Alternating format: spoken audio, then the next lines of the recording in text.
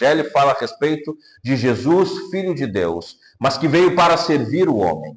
E então no capítulo 5 nós chegamos e vamos fazer a leitura juntos do versículo 1 até o versículo 20, que diz o seguinte: Jesus e os discípulos chegaram à outra margem do mar, a terra dos Gerazenos.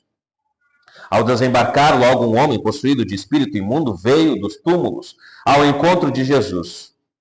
Esse homem vivia nos túmulos e ninguém podia prendê-lo, nem mesmo concorrentes. Porque tendo sido muitas vezes preso com correntes e cadeias, as cadeias foram quebradas por ele e as correntes foram despedaçadas, e ninguém conseguia dominá-lo. Andava sempre de noite e de dia, gritando por entre os túmulos e pelos montes, ferindo-se com pedras.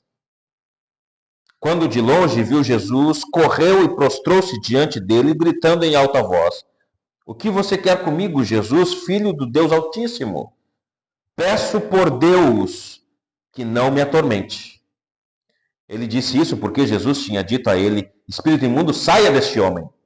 Então Jesus lhe perguntou: Qual é o seu nome? Ele respondeu: Legião é o meu nome, porque somos muitos.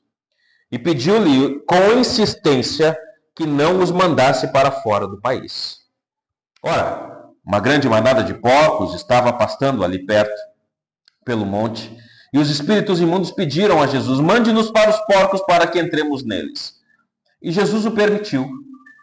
Então, saindo os espíritos imundos, entraram nos porcos, e a manada, que era cerca de 2.000, precipitou-se despenhadeira abaixo, para dentro do mar, onde se afogaram. Os que tratavam dos porcos fugiram e foram anunciá-lo na cidade e pelos campos. Então o povo saiu para ver o que tinha acontecido. Aproximando-se de Jesus, viram o endemoniado, o que antes estava dominado pela legião, assentado, vestido em perfeito juízo. E temeram. Os que haviam presenciado os fatos contaram-lhes o que tinha acontecido ao endemoniado e também falaram a respeito dos porcos. E começaram a pedir com insistência que Jesus se retirasse da terra deles. Quando Jesus estava entrando no barco, aquele que antes estava possuído pelos demônios pediu com insistência que Jesus o deixasse ficar com ele. Jesus, porém, não o permitiu. Ao contrário, ordenou-lhe: vá para a sua casa, para os seus parentes, e conte-lhes tudo o que o Senhor fez por você e como teve compaixão de você. Então ele foi e começou a proclamar em Decápolis tudo o que Jesus tinha lhe feito. E todos se admiravam. Vamos orar. Obrigado, Senhor, mais uma vez, que temos a Tua palavra agora aberta diante de nós. Pedimos que ela nos instrua, nos encoraje e fortaleça a nossa fé. Pedimos isso em nome de Jesus. Amém. Para introduzir o nosso texto, o texto ele nos mostra a triste realidade de pessoas que, mesmo vendo milagres e o poder de Deus através de Jesus, ainda não acreditam e pedem para que Jesus vá embora das vidas deles. Isso revela o quão duro pode ser o coração do homem. Ver Jesus, ver as maravilhas de Jesus, ver as bênçãos que Jesus pode trazer e ainda assim, testemunhando essas coisas boas, dizer: Senhor, vá embora. Eu não quero o Senhor perto de mim. Eu não quero o Senhor aqui. Por favor, vá embora. Pense em alguém que, mesmo vendo um médico curar muitas pessoas, se recusa a receber tratamento da sua doença, mesmo sabendo que aquele médico já curou várias pessoas. Isso acontece porque as pessoas estão tão presas aos seus próprios caminhos e pecados que não conseguem se abrir para a mudança que Jesus pode trazer para a vida delas. E mesmo experimentando o amor e o poder de Jesus, ou presenciando o poder de Jesus, preferem continuar como estão, achando que nunca serão julgadas por Deus. E esse comportamento, ele mostra um coração e uma mente fechada ao Evangelho. Mesmo escutando, mesmo vendo bênçãos, mesmo vendo outros sendo abençoados por Deus, algumas pessoas vão ter aversão a Jesus. Vão ter aversão ao Evangelho. Vão dizer: não, eu não quero isso aqui para a minha vida. Seus corações estão endurecidos, mesmo vendo e testemunhando bênçãos vindas do próprio Senhor. E aí, ao invés de quererem Jesus para si, eles se afastam de Jesus, colocando então assim, talvez, um ponto naquilo que poderia ser uma transformação na vida delas. Continuar então rejeitando Jesus é como insistir em dirigir em alta velocidade numa estrada cheia de curvas sem o cinto de segurança. Eventualmente, essa escolha de não colocar o cinto de segurança pode levar a uma tragédia. A recusa em aceitar Jesus não apenas impede as pessoas de experimentar o amor e a transformação que Jesus oferece, mas também coloca a pessoa em risco de enfrentar o julgamento de Deus sem a proteção, o sacrifício de Jesus. Um dia todos nós vamos comparecer diante de Deus. E o que vai decidir se nós vamos entrar para o descanso eterno ou se vamos para o tormento eterno vai ser a cruz de Jesus. Viver sem Jesus significa perder a direção e o verdadeiro propósito de vida. Sem Ele, nós nos afastamos da verdadeira paz e da esperança que só Ele oferece através da sua morte e sacrifício e ressurreição dos mortos. E então essas pessoas que se afastam de Jesus, elas vão permanecer presas nos seus pecados e vão ser condenadas por causa dos seus pecados. Por outro lado, e isso deixa o nosso coração feliz, aqueles que recebem Jesus como Senhor são transformados e depois de serem transformados desejam estar com Jesus para sempre, seguindo aonde quer que Jesus vá. E esses cristãos, eles experimentam mansidão, paz e bênçãos de uma vida plena, mesmo que seja uma vida cheia de tribulação. As tribulações, elas não são capazes de tirar a paz do coração daquele que é cristão. E além disso, estão sempre dispostos a obedecer às ordens do Senhor, como, por exemplo, compartilhar as boas novas de Jesus e testemunhar tudo que Jesus tem feito de bom nas suas vidas. Então o texto ele nos apresenta exatamente isso. E é interessante, se você prestar atenção junto comigo, há duas palavras que se repetem e que mostram a estrutura que o texto ele está colocado aqui. Por exemplo, Jesus ele tem uma interação com os demônios, com a legião, certo? E aí nessa interação, no versículo 10, os demônios pedem com insistência para que Jesus não os mande para fora do país. Ou seja, os demônios, eles percebem ou eles reconhecem a autoridade de Jesus e pedem com insistência. É importante vermos essas palavras. Eles pediram com insistência para não serem mandados para fora do país. E é interessante que esse pedido insistente se repete com o povo gerazeno que viu o milagre de Jesus. Preste atenção no versículo 16. Na verdade, o versículo 17. E começaram a pedir com insistência a Jesus que se retirasse da terra deles. Os demônios pedem para que Jesus não mande fora do país. O povo pede com insistência para que Jesus vá embora. Mas há aquele que pede com insistência para ficar do lado de Jesus, que é o homem que vai ser curado. Veja o versículo 19, na verdade, o versículo 18. Quando Jesus estava entrando no barco, aquele que antes estava possuído pelos demônios pediu com insistência que Jesus o deixasse ficar com ele. Nós temos então os demônios aqui que reconhecem a autoridade de Jesus e por reconhecerem a autoridade de Jesus, pedem com insistência para que Jesus não os mande para fora do país. Em contrapartida, nós temos um povo que não quer nada com Jesus e pede com insistência que Jesus vá embora da vida deles. Mas nós temos aquele que experimentou da boa mão de Jesus e pediu com insistência para ficar ao lado de Jesus. O que nós concluímos é que os demônios, eles reconhecem que Jesus é Deus.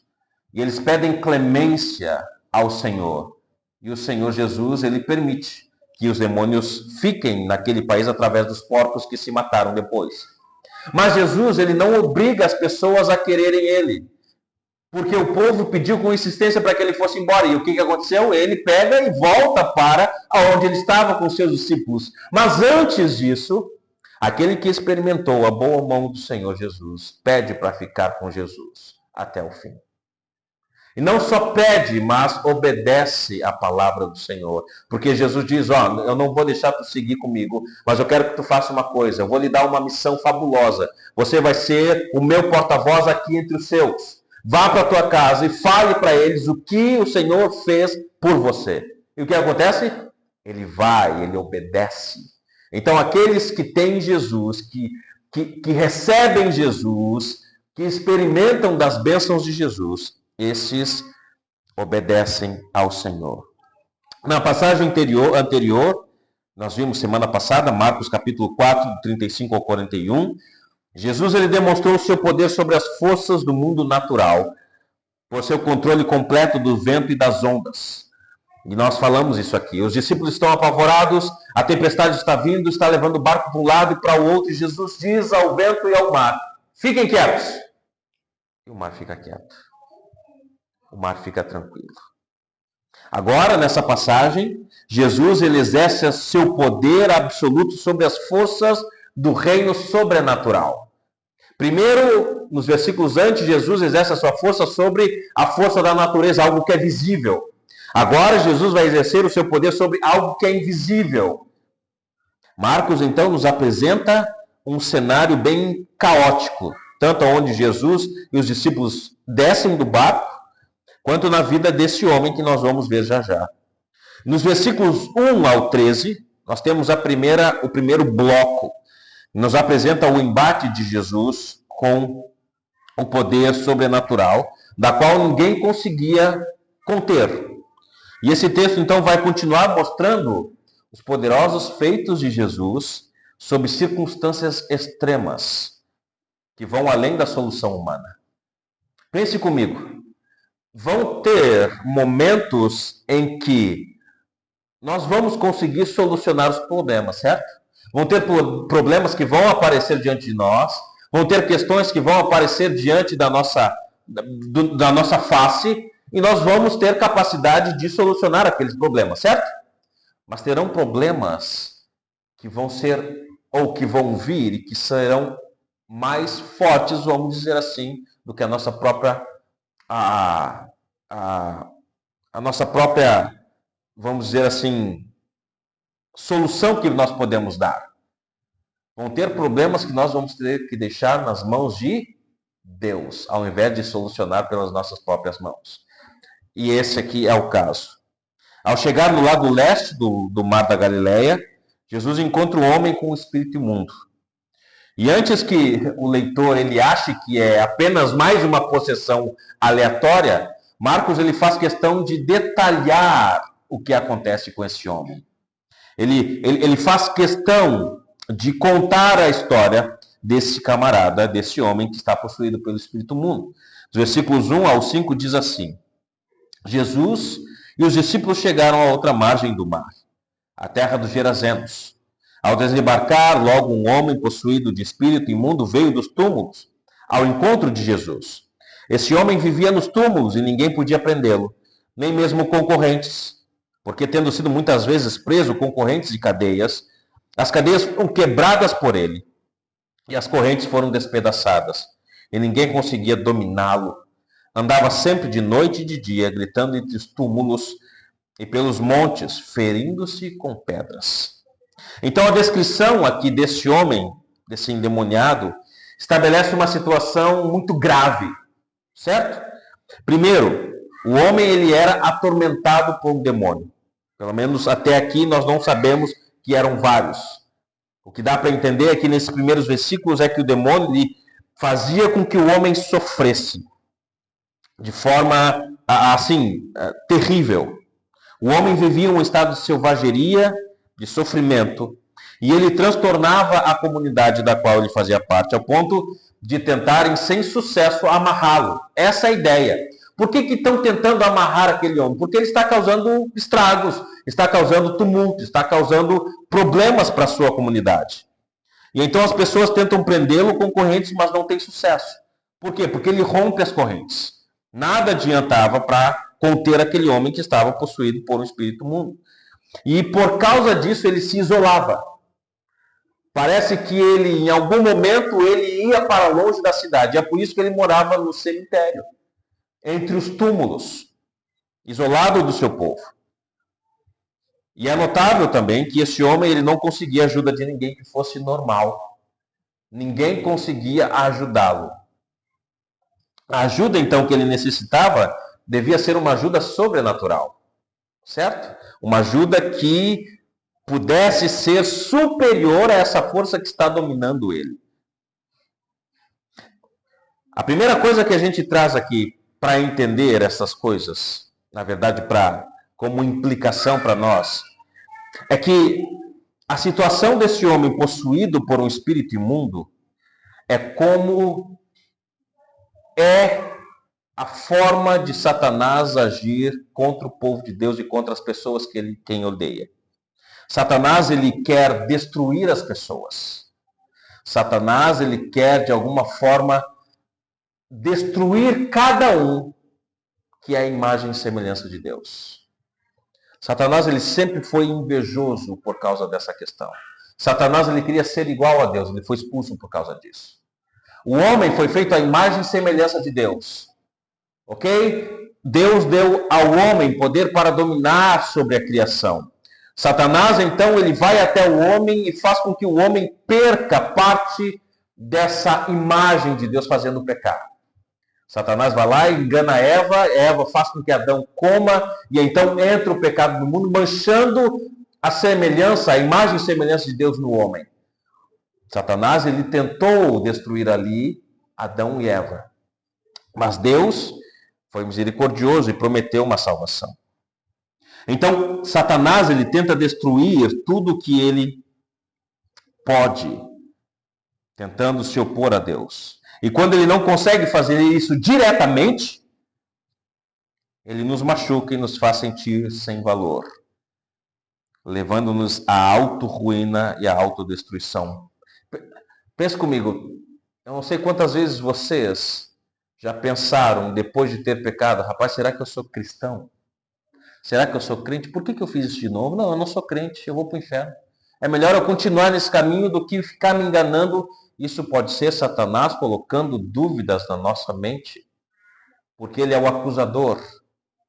Satanás, ele tenta nos acusar, da mesma forma como fez com Jó. É só olhar para a vida de Jó. Satanás, ele foi, tirou a família de Jó, tirou o que Jó tinha de dinheiro, tirou a saúde de Jó, tudo para tentar fazer com que Jó blasfemasse contra o Senhor. Essa foi a ideia dele. Quando Deus diz para Satanás, tem visto o meu servo Jó? Não há ninguém na terra como ele, é íntegro, é reto, se afasta do mal. Satanás diz, é claro, porque tu dá tudo isso para ele. Tira o que ele tem, vamos ver se ele não vai blasfemar contra o Senhor. Satanás, ele ia tentar, ou estava tentando, ou ele tentou fazer com que Jó se desviasse do caminho do Senhor. É dessa forma que Satanás, ele tenta destruir o homem. Principalmente quando ele está perdendo o território. 1 de Pedro, capítulo 5, versículo 8, diz assim, sede sóbrios, vigiai, porque o diabo, vosso adversário, anda em derredor, bramando como leão, buscando a quem possa tragar. O texto ele é claro, o diabo é nosso adversário. Ele vai tentar de todas as formas destruir os cristãos. Ele vai tentar destruir as pessoas. Ele vai tentar levar o máximo que ele pode com ele para o inferno. Satanás ele não vai estar reinando no inferno. Satanás vai estar sofrendo lá. E quanto mais gente com ele, melhor para ele. No sentido de que ele está levando muita gente com ele. Ele não vai ficar sozinho. Então esse versículo de 1 de Pedro, capítulo 5, versículo 8, descreve que o diabo, como inimigo do homem, busca destruir todos os homens, incentivando-os ao pecado e afastando esses homens da vontade de Deus. É claro que não é o Satanás que faz você pecar. Nós pecamos porque nós somos pecadores. Satanás ele só dá um empurrãozinho para nós fazermos aquilo que desagrada a Deus. Satanás, então, ele está aterrorizando a vida deste homem através do seu exército. Os versos seguintes nos mostram, então, como é que Jesus vai interagir com esses espíritos. Os versículos 6 a 10, que diz: Quando de longe viu Jesus, correu e prostrou-se diante dele, gritando em alta voz: O que você quer comigo, Jesus, filho do Deus Altíssimo? Por Deus peço-lhe que não me atormente. Ele disse isso porque Jesus já tinha dito a ele: Espírito imundo, saia desse homem. Então Jesus lhe perguntou: Qual o seu nome? Ele respondeu: Legião é o meu nome, porque somos muitos. E pediu-lhe com insistência que não mandasse para fora do país. O homem, quando ele vê Jesus, ele não corre de Jesus. Isso é interessante. Ele não corre para fugir de Jesus, mas ele corre em direção àquela tripulação que desceu do barco para tentar afugentar de alguma forma. Como ele fazia com qualquer um que se aproximasse daquele local. Só que nós entendemos, quando lemos o texto, que quando Jesus ele se aproxima, ele reconhece quem é Jesus. E o que ele faz? Ele se prostra diante de Jesus. Ele cai de joelhos, não porque ele quer adorar Jesus por quem Jesus é de fato, mas porque ele sabe quem é que está chegando. Quem é que está ali? Ele se submete a um poder superior a ele. É como se ele dissesse: não, aquele ali é o rei, eu preciso me submeter a ele. Ele é o grande Deus, eu preciso me submeter a ele. Os demônios haviam reconhecido imediatamente a autoridade de Jesus. Eles sabiam que Jesus era o próprio Deus e que ele tinha poder para matá-los, para destruí-los ali naquele momento. Então Jesus ele começa a averiguar o que está acontecendo ali. E é interessante, outra coisa aqui é Marcos, mais uma vez, autenticando que Jesus é o Filho de Deus, no versículo 7. Os próprios demônios, eles dizem o seguinte: o que você quer comigo, Jesus, Filho do Deus Altíssimo? No versículo 9, ele nos explica por que o homem é tão forte assim. Não era apenas um demônio, mas eram vários demônios. E de acordo com aquele que falava pelos demônios, aquele homem está sendo controlado por uma legião. E a palavra legião, só para vocês terem uma ideia de quantos mais ou menos estavam naquele homem, eu não sei se vocês já pesquisaram, já viram, ouviram sobre isso, mas legião era usada para, a palavra legião era usada para designar um destacamento de soldados romanos naquela época. E uma legião de soldados romanos continha mais ou menos entre 5.000 a 6.000 soldados. Mas é possível que quando os demônios aqui, ou o demônio que é porta-voz de todos aqueles que estão ali dentro do homem, disse legião, não é que talvez fosse 6 ou 5.000 demônios, mas era mais ou menos a quantidade dos porcos que estavam ali, porque Marcos ele faz questão de dizer quantos porcos estavam ali na pastagem. Então era mais ou menos 2.000 demônios que estavam ali. Nos versículos 6 a 13, nós temos aqui os demônios desesperados pedindo para que Jesus não os atormentasse antes do tempo. O interessante é que eles pedem por Deus. Eu não sei se vocês prestaram atenção, mas os demônios dizem: por Deus, eu peço que não me atormente. Eles estão apelando ao grande Deus para que Jesus não destruísse eles. Então, tomados de pavor, aqueles espíritos malignos rogam desesperadamente para não serem expulsos daquela área. Após habitar naquele homem, agora eles pedem para entrarem numa manada de porcos que se alimenta ali nas redondezas. E mesmo reconhecendo que Jesus está no controle, eles continuam pedindo misericórdia. E Jesus concorda com o pedido deles, porque sabe que se não fizesse isso, eles poderiam ir para outras pessoas. Uma coisa interessante dessa parte aqui é que os demônios, eles acreditam em Deus, certo? Os demônios sabem que Deus existe, sabem que Deus é poderoso, sabem que Deus pode destruí-los.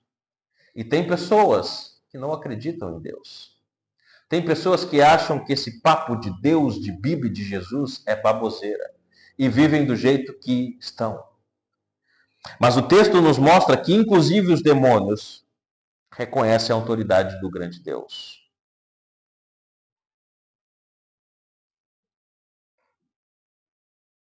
Jesus, ele permite que os demônios vão para os porcos. E aqui eu quero pensar um pouco nos motivos pelos quais aqueles demônios estão pedindo para ir para os porcos. O primeiro motivo é simples. Como nós vimos, os demônios eles querem destruir as coisas que Deus fez, certo? Então, aqueles demônios têm um desejo enorme de destruição. Todo tipo de vida criado pela terra ou na terra, seja homens ou animais, até mesmo vegetações. O diabo quer destruir tudo que Deus fez.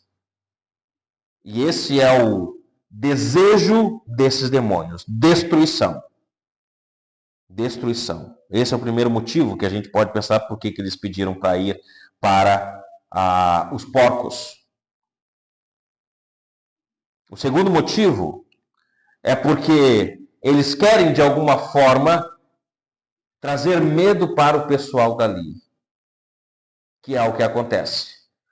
Essas duas coisas podem ser verdades. Os motivos, eles pedem para ir para os porcos, para destruir, e é o que acontece, os porcos eles se precipitam ladeira abaixo e morrem afogados, eles destroem. Mas também o segundo motivo pode ser verdadeiro, porque os homens ali ficaram com medo, não só eles, mas todo o povo ficou com medo de Jesus. Os versículos 11 ao 13 diz: ora, uma grande manada de porcos estava pastando ali no monte, ou pelo monte. E os espíritos imundos pediram a Jesus: mande-nos para os porcos, para que entremos neles. E Jesus o permitiu. Então, saindo os espíritos imundos, entraram nos porcos. E a manada, que era cerca de 2.000, precipitou-se despenhadeiro abaixo, para dentro do mar, onde se afogaram. Seja como for, os demônios eles conseguiram tanto destruir os porcos, como conseguiram colocar medo nas pessoas. Os versículos 14 a 17, Jesus é rejeitado por causa disso. Ao ouvir dos homens que cuidavam dos porcos as notícias sobre Jesus e sobre a manada que tinha se afogado, muitos da cidade foram ver o que tinha acontecido. Os versículos 14 diz: os que tratavam dos porcos fugiram e foram anunciá-lo na cidade e pelos campos. Então o povo saiu para ver o que tinha acontecido. Eles são vencidos pelo medo, porque veem como Jesus e o homem, que ninguém podia conter, estava sentado ali lúcido, em perfeito juízo. E as testemunhas contam para todos que estão ali o que aconteceu. O que estava acontecendo. Sem dúvida, aquelas pessoas, ao verem o que tinha acontecido com os porcos e viam o que Jesus poderia fazer, eles têm medo de perder as suas propriedades, perder a sua renda também. Aquelas pessoas, então, rejeitam Jesus por vários motivos. Primeiro, eles temem o que eles não conhecem. Segundo, o medo da destruição, como eu disse, da economia da região. E eles não têm interesse em saber mais sobre Jesus. O que a gente aprende com essa parte aqui de rejeição de Jesus? Hoje, da mesma forma, muitas pessoas têm aversão de Jesus, sem menos ter disposição de ouvir sobre Jesus. Muitas pessoas evitam o evangelho porque crer em Jesus implica em uma ruptura com o estilo de vida atual, com suas prioridades e prazeres. É por isso que as pessoas não se comprometem com Jesus. Não se comprometem com Jesus porque entendem que vão ter que deixar algumas coisas de lado para seguir Jesus. A maioria não rejeita Jesus ou não rejeita a mensagem por falta de conhecimento, mas por uma resistência interior em abrir mão do que consideram essencial para a sua felicidade e para a sua segurança. Existem pessoas que dizem: eu não posso seguir Jesus porque vou ter que deixar de sair com os meus amigos. Eu já ouvi isso. Outros afirmam: não quero me comprometer com Jesus porque vou ter que dar dinheiro para a igreja. Eu não quero me comprometer com Jesus porque vou ter que ir para a igreja semanalmente, ao invés de sair e me alegrar com outras coisas. Há ainda quem argumente: não quero Jesus porque terei que abrir mão do meu domingo de lazer ou do meu final de semana de descanso. Mas o problema de tudo isso é que as pessoas não entendem o fato de que o Evangelho pode dar muito mais do que essas coisas que elas acham que é melhor para a vida delas. O povo gerazeno sequer perguntou a Jesus o que ele vinha fazer na terra deles.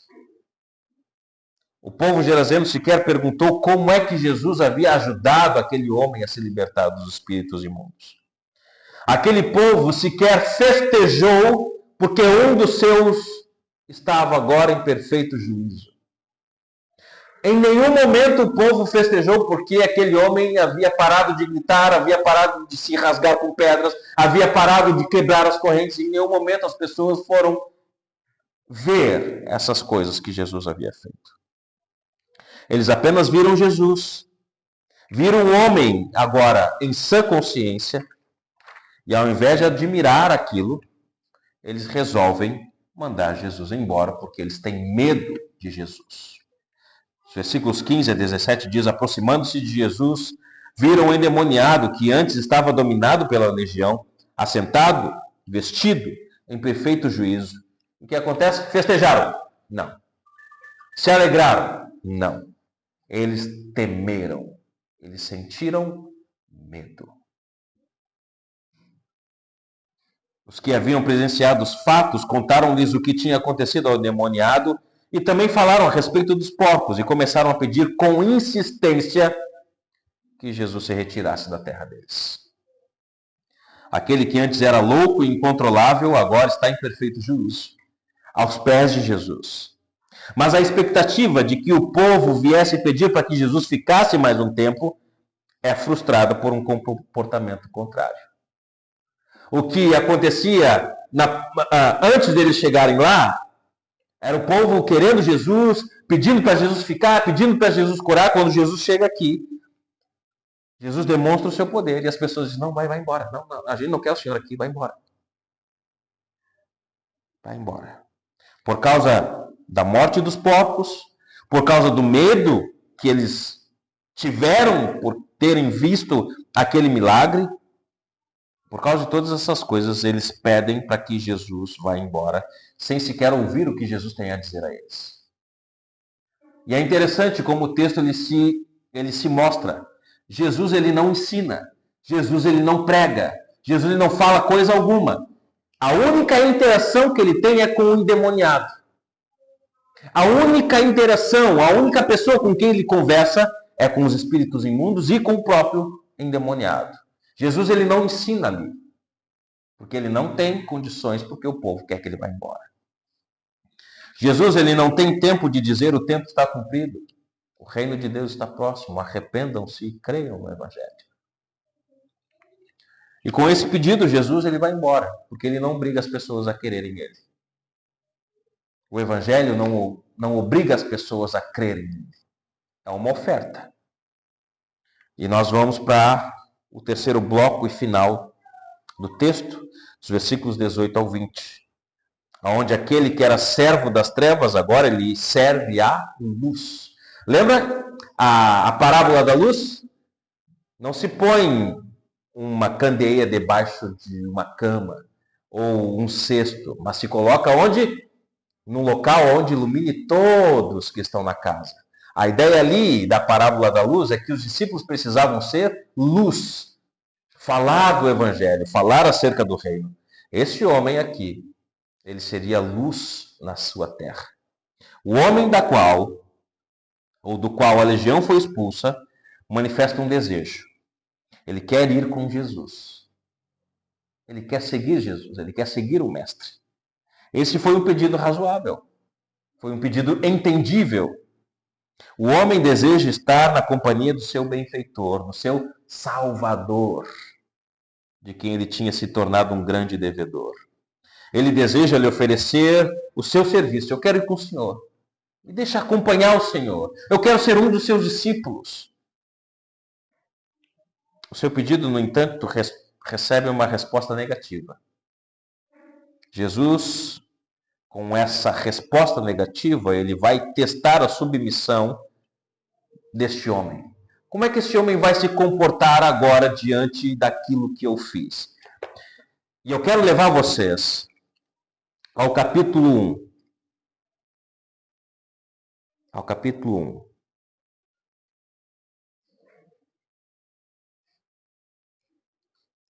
Versículo 40. Aqui nós temos um contraste. Um contraste. Nós temos aqui Jesus, capítulo 1, versículo 40. Jesus curando um leproso. Ok? Jesus ele vai curar esse leproso de muito tempo. O interessante é que quando Jesus ele cura esse leproso, ele diz para o leproso, não conta nada a ninguém. Certo? Não conte, fique em silêncio. E o que acontece? Esse leproso sai começando a falar para todo mundo. Ele abre a boca para todo mundo. O versículo 40 diz assim, um leproso se aproximou de Jesus. Ele pediu de joelhos. Aqui mostra, de joelhos, mostra que ele entendeu a autoridade de Jesus, certo? E diz assim, se o Senhor quiser, pode me purificar. E Jesus, profundamente compadecido, estendeu a mão e tocou nele e disse, quero sim, fique limpo. No mesmo instante, a lepra desapareceu dele e ele ficou limpo. E advertindo-o severamente, logo despediu. Ele disse, olhe, não conte nada a ninguém, mas vá se apresentar ao sacerdote e ofereça pela sua purificação o sacrifício que Moisés ordenou para servir de testemunho ao povo. Mas tendo ele saído, começou a proclamar muitas coisas e a divulgar a notícia a ponto de Jesus não poder entrar publicamente em nenhuma cidade. Veja a insubmissão desse leproso. O Senhor disse, não conte nada. E o que ele faz? Ele dá com a língua nos dentes. Agora, aqui no capítulo 5, Jesus ele cura o endemoniado. O endemoniado pede para seguir Jesus. E Jesus diz, não, você vai ficar. E o que acontece? Ele obedece. Ele obedece. Jesus nega ao homem o privilégio de segui-lo fisicamente, mas dá um outro privilégio a ele. Este homem seria o seu arauto na terra dos Gerazenos. Seria talvez o primeiro missionário enviado por Jesus antes dos seus próprios discípulos. Versículo 18 a 20. Quando Jesus estava entrando no barco, aquele que antes estava possuído pelos demônios pediu com insistência que Jesus o deixasse ficar com ele. Jesus, porém, não permitiu. Ao contrário, ordenou-lhe, vá para a sua casa, para os seus parentes, e conte tudo o que o Senhor fez por você e como teve compaixão de você. Então ele foi e começou a proclamar em Decápolis tudo o que Jesus lhe tinha feito, e todos se admiravam. O ex-endemoniado fez exatamente o que Jesus mandou fazer. Ele foi para casa e contou as grandes coisas que Jesus fez por ele. Mas ele não ficou só na casa dele, não. Ele foi além. Ele foi muito além. Ele não se limitou até a sua casa. Ele estava tão cheio de alegria e de gratidão que ele vai e começa a proclamar em Decápolis. Essa palavra Decápolis significa as 10 cidades. Ou seja, ele não ficou só na terra dele, ele foi em 10 cidades diferentes falando sobre Jesus. Ele incluiu 10 cidades que haviam na região para falar de Jesus. O nome Decápolis Era um conjunto de 10 cidades, da qual Gerasa, que é a terra dos Gerazenos, fazia parte. E quando ele vai para essas cidades, todos se admiram com o que Jesus fez com ele. As pessoas que ouviam aquele homem testemunhar provavelmente continuaram por algum tempo cheios de admiração e louvor. E através deste homem, Jesus poderia expandir o seu ministério naquela região. O Senhor Jesus não permaneceria naquela região, mas lhe deixou um grande missionário, que foi este homem geraseno. Não temos o nome dele, não temos o nome específico deste homem, mas nós sabemos que Jesus deixou esse homem para pregar o evangelho em 10 cidades. E foi o que aconteceu. A autoridade de Jesus, caminhando para o final, sob o poder de uma legião de demônios, nos alerta que aqueles que quando o evangelho chega a novas fronteiras, pode esperar a oposição de Satanás ao avanço do reino de Deus. Certo? Essa é a primeira coisa que nós podemos aplicar do texto. Quando o evangelho chega em território inimigo, pode ter certeza que vai ter oposição de Satanás. O diabo ele não gosta de perder território. O diabo ele não gosta de perder pessoas. Então, quando há uma pregação fiel ao evangelho, o diabo vai fazer de tudo para impedir que o evangelho seja pregado naquela região. Nós estamos pregando o evangelho aqui, nós vamos encontrar oposição de Satanás. Satanás vai achar sempre um meio para dificultar a pregação do evangelho. Sempre vai achar. Mas dá uma certa esperança também, porque aponta para, no caso, a vitória de Jesus ser certa. Mesmo que haja obstáculos, a vitória é certa. A vitória é certa. O diabo ele não gosta de perder território. A verdade é que aonde a luz está, o evangelho será proclamado e as trevas vão tentar impedir o avanço da luz. Mas no final, a luz sempre vai prevalecer. A luz sempre vai prevalecer. Quando o evangelho chega aos locais aonde o diabo é o rei, ele fica irado. E ele vai colocar todas as suas forças para tentar impedir o avanço do reino. Essa é a primeira coisa que a gente aprende. Vamos ter oposições? Vamos. Essas oposições vão ser fortes? Vão, porque é o diabo.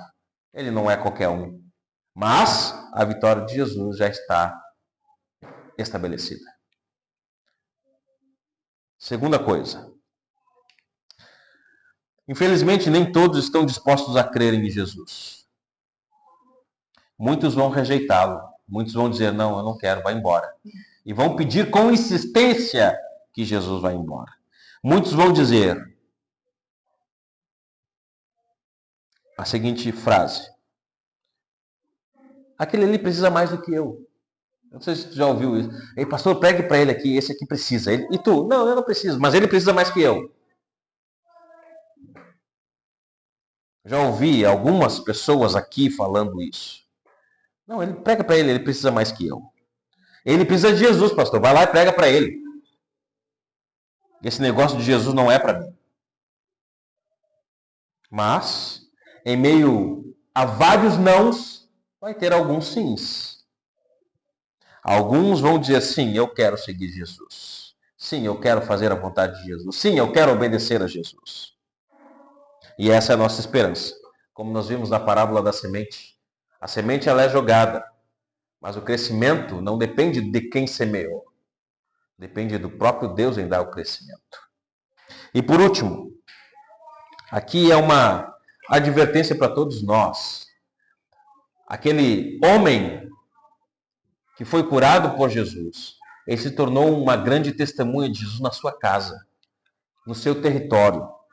Então, a vida cristã deve começar em casa, onde as pessoas nos conhecem melhor. e sabem como nós somos, para que quando nós formos ou sermos transformados por Jesus, as pessoas podem olhar para nós e dizer, não, tem alguma coisa diferente em ti. O que foi? O que é isso aí? E a gente pode dizer, foi Jesus. E é esse Jesus que eu tenho para lhe compartilhar. Esse homem, ele se tornou um dos primeiros missionários aos gentios, porque Decápolis não era uma região judia, era gentílica. Jesus, então, teve que se retirar daquele local, mas ele deixou aquele homem lá para testemunhar da graça e poder de Jesus Cristo. E muitos se admiraram, e é possível que alguns tenham se convertido. Então nós podemos estar certos de que muitos daqueles gentios creram em Jesus como Salvador. E nós podemos ter a certeza que nós podemos pregar para 50 pessoas. Pode ser que 48 não creiam, mas 2 podem crer. E dessas 2 pessoas, Jesus pode fazer proclamadores do seu reino. Como ele pode fazer de nós. Então, essas 3 coisas. O Senhor, ele sempre vai ter autoridade sobre o sobrenatural.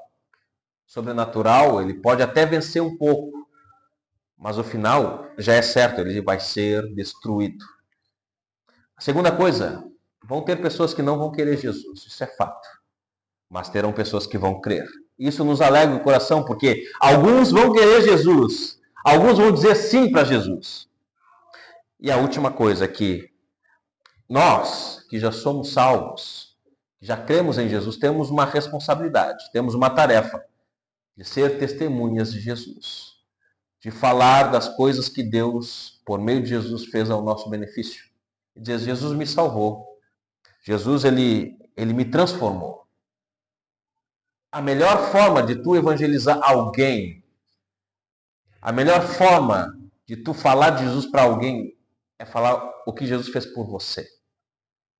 Para que as pessoas vejam, aquelas que já te conheciam, vejam que de fato você foi, ou agora é diferente. Porque Jesus lhe salvou, porque Jesus lhe transformou. Essa é um grande encorajamento para nós. Aquele homem não foi permitido que seguisse a Jesus, mas ele recebeu uma tarefa muito grande de ser porta-voz das boas novas de Jesus na sua própria casa. Nós somos, ou fomos feitos, porta-vozes de Jesus para as nossas casas, para os nossos amigos, nossos familiares que ainda não creram em Jesus, para os nossos colegas, para todos aqueles que estão perto de nós. E que por meio de nós eles podem ouvir o Evangelho. Que isso seja um encorajamento para nós. E que pratiquemos isso no nosso dia a dia. Vamos agradecer. Nosso Deus e nosso Pai, nós somos gratos a Ti por esse tempo, pela Tua palavra que nos instruiu. Obrigado por nos mostrar o Teu poder sem igual. Obrigado por nos mostrar que nem todos vão querer. Então isso não depende do nosso esforço. Mas alguns vão dizer sim para Ti. Isso acende a esperança no nosso coração. Alguns vão ser salvos por Ti. E também, ó Deus, obrigado por nos encorajar e nos ensinar que nós somos ou fomos salvos e transformados em porta-vozes das Tuas boas novas. Abençoe os meus irmãos, dê a eles, ó Deus, um coração que queira servir ao Senhor mais do que tudo, assim como esse homem que foi liberto desses demônios. E nós oramos agradecidos em nome de Jesus. Amém. Vamos cantar